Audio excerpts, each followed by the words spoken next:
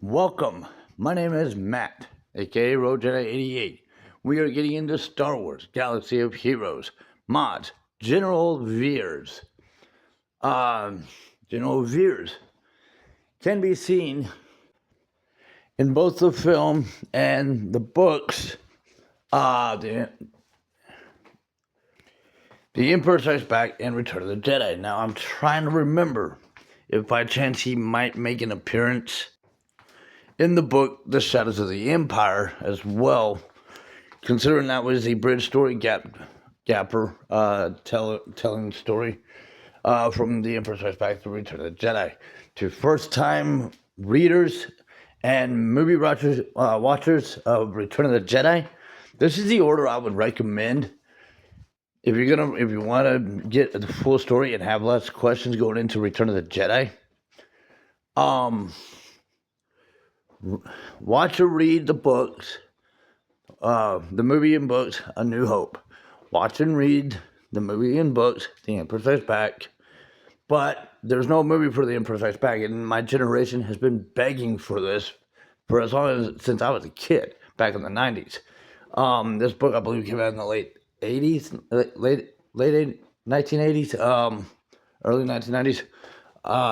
It answers questions that I hear almost every Return of the Jedi first time movie reactors on YouTube ask, and it always leads me to respond telling them all these questions you're asking is literally answered in Shadows of the Empire. Read it. I'm not kidding. It also lends perspective to the same way Andor, the TV series Andor, did for Rogue One and A New Hope. Shadows of the Empire is going to do the same thing for Return of the Jedi. I promise you.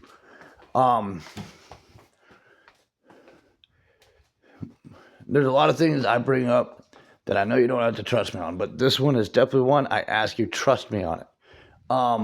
If you really want to get the full story of what's happening within that George Lucas's original trilogy series, you've got to include Shadows of the Empire, but it's only a book. If you're really wanting to get the full story. If you're wanting to understand why Luke suddenly is from the Emperor Strikes Back after having his head cut off from his father trying to recruit him to join the Empire, suddenly believes there's good in his dad. That is literally answered in this book. He has an interaction with him. There's an incident that takes place, and it gives him reason. It gives us a new hope into Anakin Skywalker. Believing that maybe there is still Anakin there in him.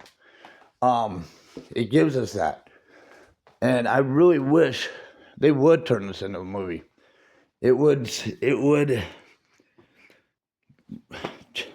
really would flip a lot of perspectives on Anakin Skywalker and Darth Vader if they did. It would lend perspective about the rescue plan for Han Solo. It answers so many things. There's also other stories that explains Mon Mothma's story that she was telling when she was giving her briefing in Return of the Jedi about how the Bothans got the plans to the second Death Star. That's not in Shadows of the Empire, but there is, I can't remember where you can find it.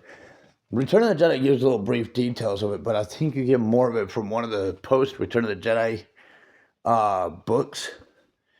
But General Veers, he basically was kind of in that domino effect of Lord Vader proving why working for the Empire's human resources might be a bad idea. Imagine the turnover rate, for one. Two, especially when you got to transfer several superior officers to a rank up and then demote down to the grave all in one day.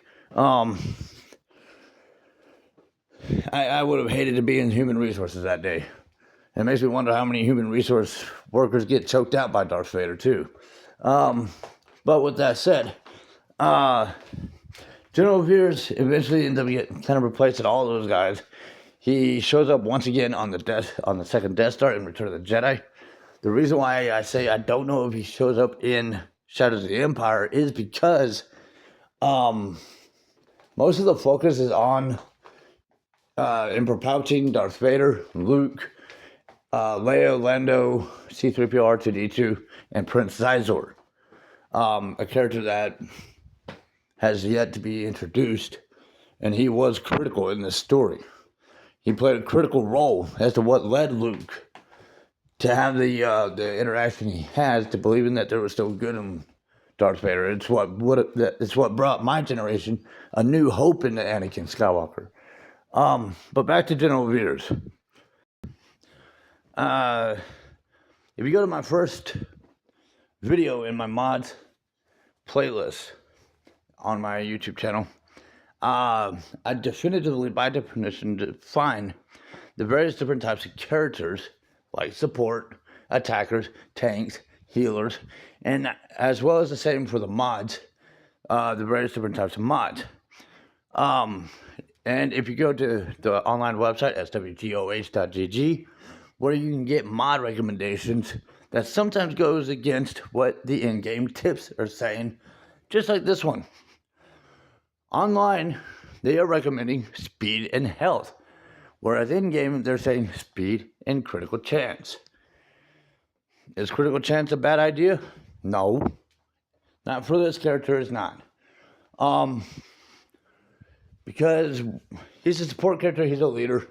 Yes, health allows him to oversee the protection of himself as well as his squad. He is also, I don't know if I don't think he has a capital ship, but, excuse me. But as a leader, yeah, he does have the obligation of making sure his squad's protected. But with critical chance, what critical chance does is that it increases the odds that when he attacks, his hits are going to actually hit. It changes the statistics of what his attacks are going to do and gives him the better odds. And he's going to move quicker. So if you want to go with critical chance, I'm all for it. In fact, I might even change my health mods to critical chance. You can always have manage or auto assigns secondary loadouts of mods if you ever want to flip your mod deckings on a character. That is an option you can do in the game. So down in that auto assign, or no, not auto assign. Assign loadout. If you go to the assign loadout, you can change out. You can have backup secondary mod preferences in case you come across a character that you have where the mod you have on them might not necessarily be bad, but if you're looking at a battle situation where you feel like a different loadout might do them better, going up against a different certain types of opponents, then you can just flip it. General Veers is probably one character you might consider that with. Because, yeah, you need him to be able to take care of a squad, but depending on the opponent, you might want him to be more of a support attacker.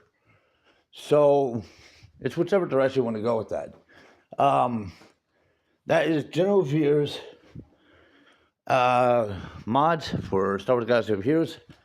Subscribe to the channel, like the videos, comments, questions, suggestions down below, and thank you for following. May the Force be with you.